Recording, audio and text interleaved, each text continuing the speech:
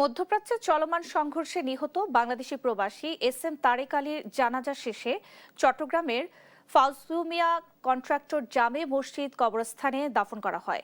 শনিবার সকালে নগরীর ঈদগাহ ফজুমিয়া কন্ট্রাক্টর জামে মসজিদ প্রাঙ্গণে জানাজা অনুষ্ঠিত হয়। জানাজায় চট্টগ্রাম 10 আসনের সাংসদ সাইদ আল নোমান সহ বিএনপি জামায়াতের নেতারা অংশ নেয়। জানাজা শেষে মসজিদের কবরস্থানে দাফন করা হয়। এর আগে শুক্রবার সন্ধ্যায় গলফ এয়ারের একটি ফ্লাইটে তার মরদেহ হজরত শাহজালাল আন্তর্জাতিক বিমানবন্দরে এসে পৌঁছায়। গেল 2 মার্চ সকালে বাহরাইনের ইরানের ছোড়া ক্ষেপণাস্ত্রের ধ্বংসাবশেষের আঘাতে নিহত হন তারেক আলী।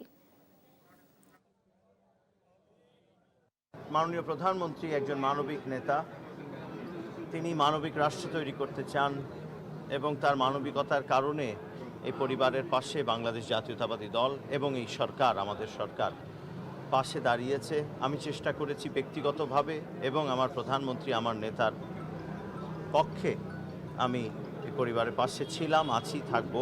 ইনশাআল্লাহ ওর পড়াশোনাটা যেন খুব সুন্দর করে হয়।